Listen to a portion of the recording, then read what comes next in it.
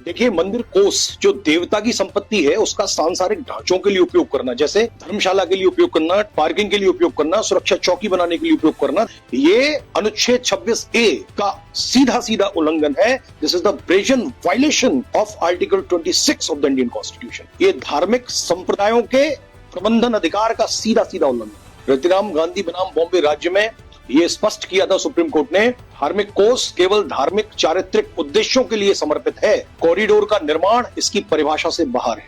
ये राज्य की अधिकार सीमा का अतिक्रमण है। सुब्रमण्यम स्वामी बनाम तमिलनाडु 2014 जजमेंट में ये कहा गया था कि राज्य बिना विधायी अधिकार के धार्मिक न्यासों का प्रबंधन अधिकार नहीं हड़प सकता। उत्तर प्रदेश ब्रज योजना अधिनियम 2015 में ऐसा कोई स्पष्ट प्रावधान नहीं है जो मंदिर कोष के सांसारिक उपयोग की अनुमति दे। This is also in the contravention of the apex court judgment in Keswanand Bharti case, that was the landmark judgment passed by 13 judges of the Supreme Court. और अगर ये कानून प्रतिस्थापित हो गया तो सरकारें इसे हथियार की तरह इस्तेमाल करेंगी। It will be used as a weapon to grab the property of temple and mutt and other religious institutions.